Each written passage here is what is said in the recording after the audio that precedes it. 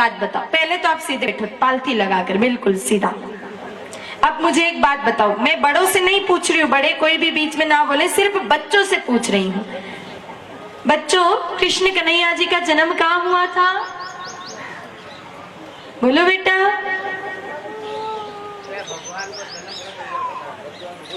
कहाँ हुआ था भगवान का जन्म? इधर वाले बच्चे बताओ, कहाँ हुआ था?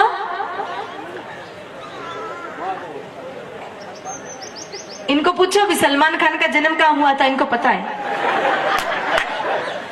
अब मेरे भाई बहनों, ये हंसने की बात नहीं है, ये डूब मरने की बात है। मतलब हमारा सनातन धर्म किस दिशा में जा रहा है, आप थोड़ा इस बात से कल्पना कर लीजिए कि हमारे बच्चों को ये तक नहीं पता है कि राम कृष्ण का जन्म कहाँ हुआ है। तो आप विचार कर सकते हो कि ये बच्चे हमारे धर्म को आगे बढ़ाएंगे? इनको सामान्य बातें नहीं पता है, और इसमें गलती इनकी 1% भी नहीं है, ये भी ध्यान से सुन लेना। क्योंकि आजकल पढ़ाई में तो रामकृष्ण का नाम लेना जैसे कोई आतंकवादी हमला कर दिया, इतना मेरे भाई बहनों पाप है।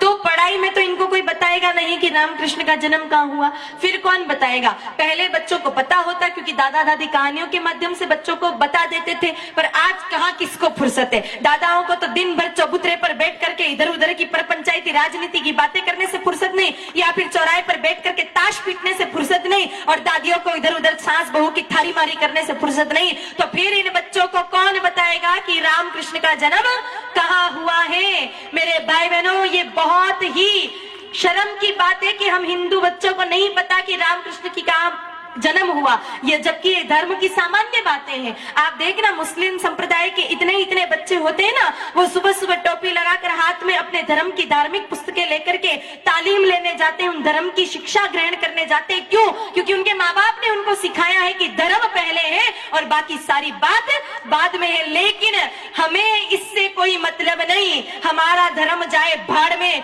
जैसे ही बच्चा कुछ पढ़ने लग जावे तो आप अपने बच्चे को ए फॉर एप्पल और बी फॉर बॉल वाली किताब जरूर ला करके दोगे, पर आज तक यहाँ सभा में बैठे किसी माता पिता ने अपने बेटे को रामचरितमानस जी नहीं पढ़ने के लिए दी होगी कि ले बेटा, तू पढ़ाई तो बहुत कर ही रहा है विद्यालय में ट्यूशन में जाकर के, लेकिन 10 मिनट रामचरितमानस की एक चौपाई भी पढ़ ले। कभी आप लोगों ने अपने बच्चों को गीता जी ले जाकर के नहीं दी कि ले बेटा एक श्लोक तू गीता जी का भी पढ़ ले? अरे पढ़ लिख करके धर्म की शिक्षा तो आपने दी नहीं, तो फिर ऐसा बेटा क्या करेगा? पढ़ाई लिखाई करके संस्कार तो आए नहीं, क्योंकि आजकल की पढ़ाई में संस्कार आएंगे ये तो कल्पना भी मत करना।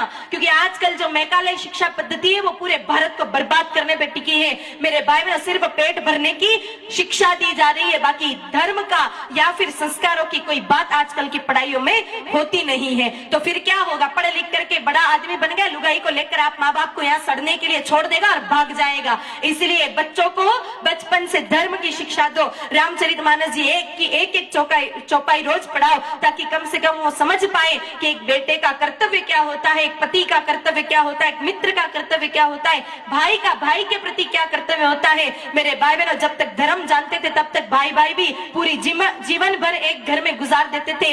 आजकल पत्नी आवे 8वें दिन दोनों को अलग अलग करना पड़ता है, नहीं तो मेरे भाई बहन 90 दिन कोर्ट में दिखेंगे दोनों एक दूसरे पर केस दायर करते। क्यों? क्योंकि हमने धर्म की 1% भी शिक्षा अपने बच्चों को नहीं दी। संभले जाओ, इस तरह से तो धर्म पूरा मेरे भाई बहनों तार तार हो जाएगा। अपने बच्चों को कुछ न कुछ शिक्षा धार्मिक भी दिया करो, ताकि ये बच्चे संस्कारी बन सके।